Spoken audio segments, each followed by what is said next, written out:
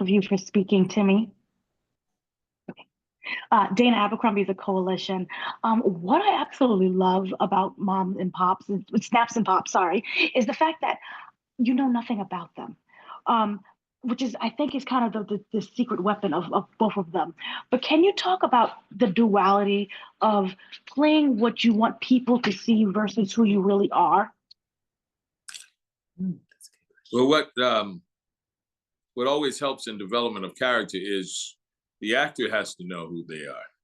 And we have taken time to develop our backstories and how we met, what our game was at the beginning and how it's evolved, who was in our life and who left our life.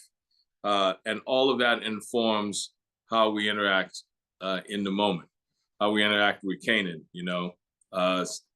seeing myself in him, thinking of someone else that I may have been dealing with. And so, like all good work, acting work, doing the history of the character and the history of where they're coming from really informs the scene and the moments right then and there. Also, there's the element of the unknown. Snaps and Pop always want to keep people off balance, not quite knowing what they think of. Directors would always get on me about my glasses, right? Well, I can't see your eyes. I can't see your eyes. I can't see what you're thinking. And I said, yes, you're right. That's exactly right. They're like, and some would get on me. Yeah, Wendell, we know that's good for the character, but I'm trying to film a TV show here. I can't see your eyes. But that was purposeful, So to be clandestine and to be sort of an enigma is one of the tools of manipulation that they use. So what I also is interesting, when we saw you in season 3, it was more of preparing for war to go against Iraq. In season 4, we now know you're teaching Kanan a lesson, and also Raquel as well, because she didn't step in to save him either. Mm-hmm. So I was wondering, with that said, do you feel that the plan is more of a mental as opposed to more brute force strength when it comes to whether or not you're taking down Raquel and Kanan? We would whatever. We're ready for whatever. We can do the brute force, but we can do the mental. We're very mature, and I'm very demure this season. So I would like to keep it mental, but you just never know. If you really want to be successful, you have to be prepared for both. And there's always there's always manipulation, right? There's always a manipulation that's a part of extorting people to get them to do what you want them to do. So there is the psychological manipulation with the threat of brute force. That's what bullies do. Yeah. It's always like, I hope nothing happens to your family, Dana. And oh, Dana, I didn't know you lived at such and such an address. It's really nice over there. They don't have a lot around there at night and not enough light. Be careful as you go into your house. And usually, like, wait a minute, how did this guy find out about my information? So it's always the two. It is the threat of violence and brute force and the manipulation. Do you feel that, can you say whether or not we get to go home with Snaps and Pops? We get to see them more together as opposed to just in the restaurant and learn a little bit more about their lives? Well, we get out of the restaurant.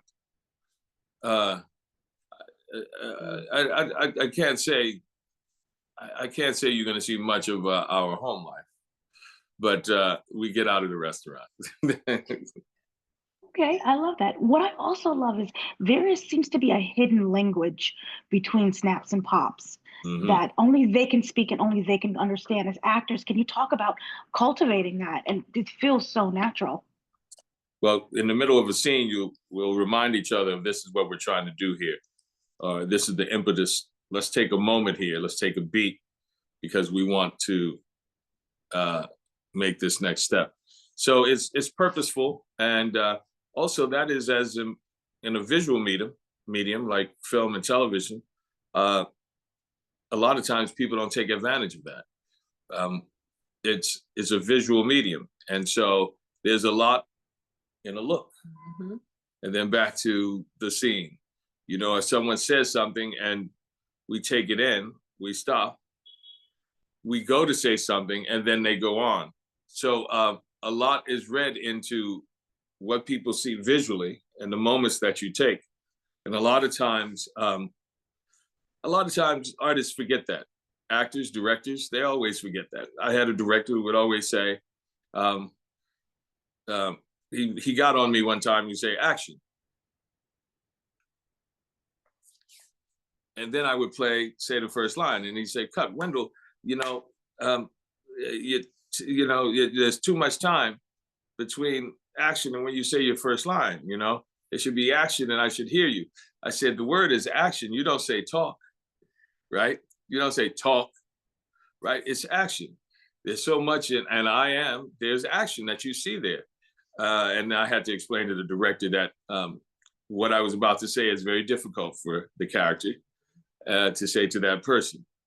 And that's what that moment is that you're complaining about. It's me trying to find the courage to say what I'm about to say. And you should know that so you won't cut it out in the editing room, So there's always that in a scene, especially in television and film. And I appreciate the fact that they allow us to do that, especially with our characters that know each other so well and can finish each other's sentences and thoughts. Well said. And then kind of lastly, what I was wondering is, can you say whether or not it's more beneficial to keep Kanan alive?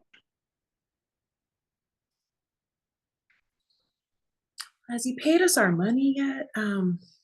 Yeah, I think yes, it's more beneficial to keep Kanan alive. For now. Yes, he owes us money. For now. Money. Okay, I will take that. Thank you both so much for speaking to me. Excellent series, excellent depictions.